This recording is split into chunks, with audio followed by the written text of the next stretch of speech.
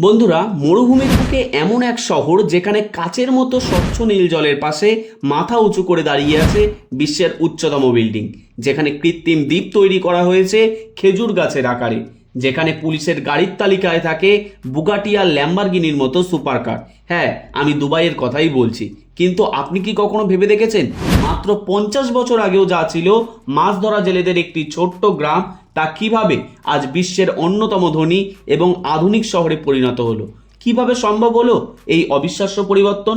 অনেকেরই ধারণা দুবাইয়ের এই বিশাল ঐশ্বর্যের পেছনে রয়েছে শুধুই তেল, কিন্তু আপনি জানলে অবাক হবেন যে দুবাইয়ের মোট জিডিপির মাত্র 1% আসে তেল থেকে।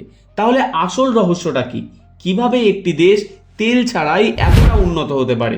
আজকের এই ভিডিওতে আমরা দুবাইয়ের উত্থানের সেই অবিশ্বাস্য গল্পটি জানব। তো চলুন শুরু করা যাক।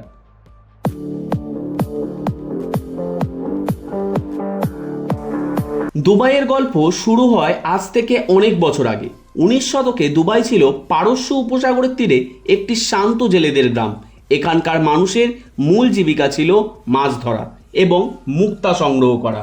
এখানকার মুক্তার গুণমান এতটাই ভালো ছিল যে সারা বিশ্বে কিন্তু এর চাহিদা ছিল। এই মুক্তার ব্যবসায় ছিল দুবাইয়ের অর্থনীতির মূল ভিত্তি। কিন্তু 1930-এর দশকে জাপান কিন্তু কৃত্রিমভাবে মুক্তা তৈরির পদ্ধতি আবিষ্কার করে ফেলে। এর ফলে বিশ্ববাজারে দুবাইয়ের প্রাকৃতিক মুদ্রার চাহিদা একেবারেই কমে যায় এবং দুবাই এক ভয়ঙ্কর অর্থনৈতিক সংকটের মুখে পড়ে। এই কঠিন সময়ে দুবাইয়ের ইতিহাসে এক নতুন অধ্যায়ের সূচনা হয়।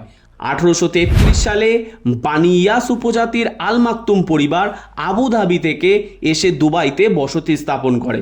শেখ মাকতুম বিন বুত্তি আল মাকতুম দুবাইকে একটি স্বাধীন রাজ্য হিসাবে ঘোষণা করেন এবং সেই থেকেই আল মাকতুম পরিবার দুবাই শাসন করে আসছে। এরপর ব্রিটিশদের আগমন ঘটে, জলদস্যুরাও আক্রমণ করে, কিন্তু জলদস্যুদের থেকে নিজেদের সামুদ্রিক যাত্রাপথ সুরক্ষিত রাখতে ব্রিটিশরা এখানে শাসকদের সাথে একটি চুক্তি স্বাক্ষর করে, যা ট্রুসিয়াল স্টেটস নামে পরিচিত। এই চুক্তির ফলে এই অঞ্চলে কিন্তু শান্তি ফিরে আসে, কিন্তু অর্থনৈতিকভাবে দুবাই কিন্তু তখনও অনেক গুণই পিছিয়ে ছিল। দুবাইয়ের কিন্তু আসল পরিবর্তনের নায়ক ছিলেন শেখ রাশিদ বিন আল মাকতুম, যিনি 1958 সালে দুবাইয়ের শাসক হন। তিনি বুঝতে পেরেছিলেন যে শুধুমাত্র তেলের উপর নির্ভর করে একটি দেশের কিন্তু ভবিষ্যৎ গড়া সম্ভব নয়। তার সেই বিখ্যাত উক্তিটি ছিল, আমার বাবা উটের পিঠে চড়তেন, আমি মার্সিডিজ চালাই, আমার ছেলে ল্যান্ড রোভার চালায়, তার ছেলেও কিছু না কিছু চালাবে।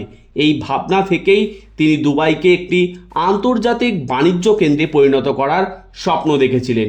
তার প্রথম বড় পদক্ষেপ ছিল দুবাই ক্রিক, অর্থাৎ খাড়িটিকে আরও গভীর করা, যাতে বড় বড় জাহাজ সহজেই কিন্তু বন্দরে আসতে পারে।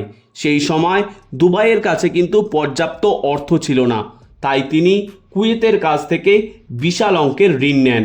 অনেকেই তখন তার এই সিদ্ধান্তকে পাগলামি বলেছিল, কিন্তু এই সিদ্ধান্তই কিন্তু দুবাইয়ের ভাগ্য চিরতরে বদলে দিয়েছিল। এরপর 1966 সালে দুবাইতে তেল আবিষ্কার হয়, যদিও তা আবুধাবির মতো কিন্তু এত বিশাল পরিমাণে ছিল না। কিন্তু এই তেল থেকে প্রাপ্ত অর্থ শেখ রাশিদের স্বপ্নকে বাস্তবায়িত করার জন্য প্রয়োজনীয় পুঁজি জুগিয়েছিল। শেখ রাশিদ তেলের টাকায় বিলাসবহুল প্রাসাদ না বানিয়ে তৈরি করেছিলেন আধুনিক বন্দর, রাস্তা এবং এয়ারপোর্ট। 1972 সালে তিনি পোর্ট রাশিদ এবং 1979 সালে জেবেল আলী পোর্ট তৈরি করেন, যা বিশ্বের অন্যতম বৃহত্তম মানবসৃষ্ট বন্দর। আর এখানেই তিনি তার সবচেয়ে বড় চালটি চালেন। তিনি জেবেল আলী পোর্টকে একটি ফ্রি জোন হিসাবে ঘোষণা করে দেয়। এর অর্থ হলো এখানে ব্যবসা করার জন্য কোনো প্রকার ট্যাক্স দিতে হবে না। এই সিদ্ধান্তের ফলে সারা বিশ্বের বড় বড় কোম্পানিগুলো কিন্তু দুবাইতে তাদের অফিস খুলতে শুরু করে। এরপর তিনি এমিরেটস এয়ারলাইন্স প্রতিষ্ঠা করেন, যা আজ বিশ্বের অন্যতম সেরা বিমান সংস্থা।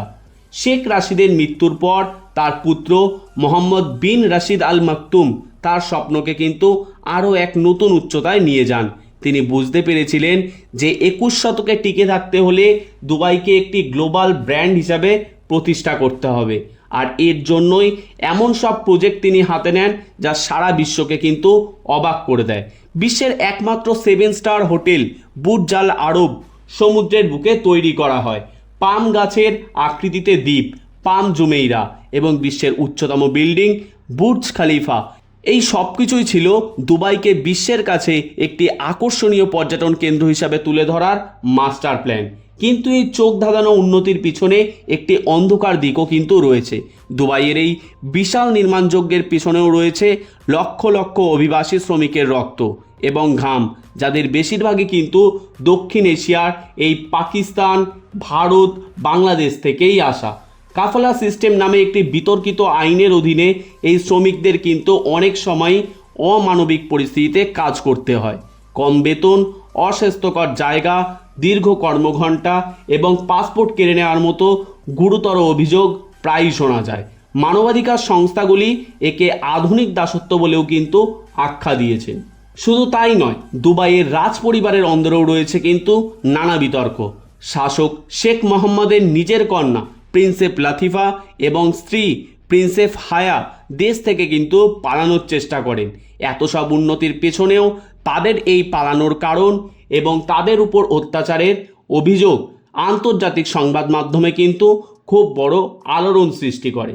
দুবাই আজও থেমে নেই, তারা এখনও তেলের পরবর্তী যুগের জন্য প্রস্তুতি নিচ্ছে। টেকনোলজি, আর্টিফিশিয়াল ইন্টেলিজেন্স এবং মহাকাশ গবেষণার মতো ক্ষেত্রে তারা বিশাল বিনিয়োগ করেছে। তাদের লক্ষ্য হলো দুবাইকে শুধুমাত্র একটি পর্যটন কেন্দ্র হিসাবে নয়, বরং একটি জ্ঞানভিত্তিক অর্থনৈতিক কেন্দ্র হিসাবে গড়ে তোলা। তাহলে দুবাইয়ের এই গল্প থেকে আমরা কি শিখলাম? এটি একটি স্বপ্নদর্শী, সঠিক পরিকল্পনা এবং কঠোর পরিশ্রমের এক অবিশ্বাস্য কাহিনী। তবে এর পাশাপাশি এটিও আমাদের মনে করিয়ে দেয় যে প্রত্যেকটি উন্নতির পিছনে কিন্তু অনেক গুণ মূল্য চোকাতে হয়। দুবাইয়ের এই উত্থানকে আপনি কি করে দেখেন? আপনার মতামত আমাদের কমেন্ট বক্সে অবশ্যই জানান। ভিডিওটি যদি ভালো লেগে থাকে তাহলে অবশ্যই লাইক করুন এবং বন্ধুদের সাথে শেয়ার করতে ভুলবেন না। ধন্যবাদ। জয় হিন্দ।